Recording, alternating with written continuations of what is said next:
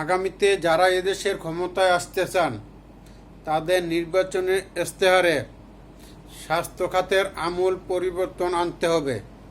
এই প্রতিশ্রুতি আপনাদের নির্বাচনী ইশতেহারে থাকতে হবে।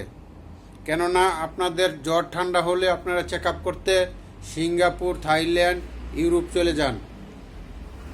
এদেশের একটি লোকও যেন বাহিরে গিয়ে চিকিৎসা করা না লাগে, এই ব্যবস্থা করতে হবে আপনাদের। দেশের চিকিৎসা খাতকে অবহেলায় রেখে আপনারা বিদেশে গিয়ে চিকিৎসা করবেন।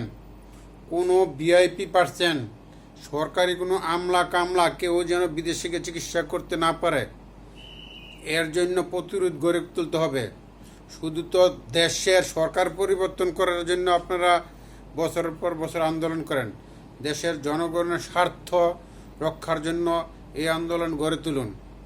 কোনো এদেশের ভিআইপি পার্সন, সরকারি দল, বিরোধী দল এবং কি মন্ত্রণালয়ের সচিবগণ, কোনো বিচারপতি কেউ যেন এদেশে বাহিরে চিকিৎসা করতে না পারে, এর একটা ব্যবস্থা করতে হবে।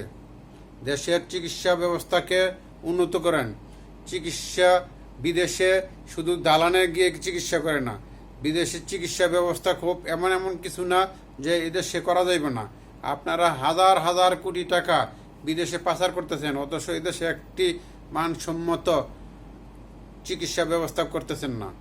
আপনারা কিছু হইলেই ভারত চলে যান। কেন, ভারত কি বাংলাদেশের চাইতে খুব উন্নত রাষ্ট্র? ভারতের চিকিৎসা ব্যবস্থা কি বাংলাদেশে করা যায় না? আপনারা যেই টাকা বিদেশে পাচার করেছেন এর চাইরানিও টাকাও তো লাগবে না চিকিৎসা ব্যবস্থার উন্নতি।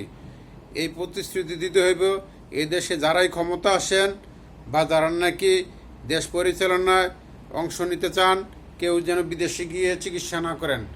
আপনাদের চিকিৎসার দরকার হলে এদেশে চিকিৎসা করতে বাধ্য হবেন, তাহলে কিন্তু চিকিৎসা ব্যবস্থার আমূল পরিবর্তন আসবে।